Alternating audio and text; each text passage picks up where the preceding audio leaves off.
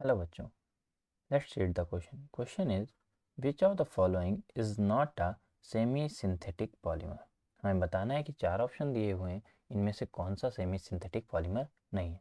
Option A है सिस poly isoprene, option B है cellulose nitrate, option C है cellulose acetate, option D है vulcanise rubber. आइए देखते हैं. सबसे पहले हमें पता होना चाहिए कि सेमी सिंथेटिक पॉलीमर्स होते क्या हैं. ठीक है, तो सबसे पहले on the basis of source हमने पॉलीमर्स को तीन कैटेगरी में डिवाइड किया. पहला नेचुरल पॉलीमर, जो कि हमारे नेचुरल अकरिंग है. ठीक है, जो कि हमारे प्लांट्स और एनिमल्स में पाए जाते हैं. दूसरा अगर मैं बात करूं, दूसरा था हमारा सेमी सिंथेटिक पॉलीमर्स. ये कैसे पॉलीमर्स जिनको हम क्या कर सकते हैं, मॉडिफाई कर सकते हैं. ठीक है, अगर जैसे कि नेचुरल जो भी पॉलीमर्स हैं उन्हीं में अगर हम कुछ मॉडिफिकेशन कर दें तो उसको हम बोलेंगे सेमी सिंथेटिक पॉलीमर्स.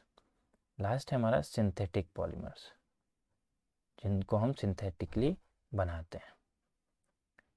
ठीक है, तो आइए बात करते हैं इसमें एग्जांपल्स के हिसाब से. नेचुरल पॉलीमर के अंदर हमारे दो कैटेगरी आती हैं. एक आती है बायोडिग्रेडेबल की और दूसरी होती है नॉन बायोडिग्रेडेबल. ठीक है, इसी के साथ आ जाएगा नॉन बायोडिग्रेडेबल. ठीक है, बायोडिग्रेडेबल के अंदर सारे हमारे स्टार्च, प्रोटीन्स, ये सारे आ जाते हैं. ठीक है, नॉन बायोडिग्रेडेबल के अंदर रबर, हमारे रेजिन्स आ जाएंगे. ठीक है, अब यहाँ पे बात करें अगर सेमी सिंथेटिक पॉलीमर्स की, तो सेमी सिंथेटिक पॉलीमर्स जैसे कि आप कह सकते हैं कि कोई भी सेलुलोज डेरिवेटिव, यानी कि सेलुलोज था हमारे पास नेचुरल पॉलीमर, उसमें मैंने क्या कर दिया, मॉडिफिकेशन कर दिया. मॉडिफिकेशन करके क्या बना दिया, सपोज सेलुलोज एसीटेट बना दिया.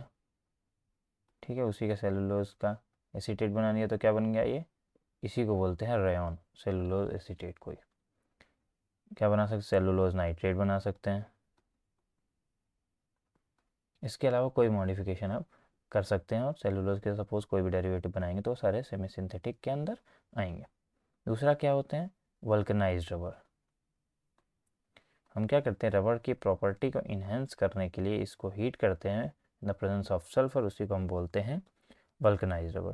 तो ये भी हमारा कैसा होता है, सेमी सिंथेटिक पॉलीमर होता है. अगर मैं बात करूँगा सिंथेटिक पॉलीमर की, तो इसके अंदर आ जाएंगे हमारे पॉलीथीन यानी कि प्लास्टिक्स वगैरह. ठीक है, ब्यूनाएन, नायलॉन 66 एक्सेट्रा ना, ये सारे हमने सिंथेटिकली बनाए तो इनको हम बोलेंगे सिंथेटिक पॉलीमर. आइए ऑप्शंस की तरफ चलते हैं. तो देखिए, जो हमारा सिस पॉली आइसोप्रीन है, सिस पॉली आइसोप्रीन को ही हम क्या बोलते हैं, नेचुरल रबर.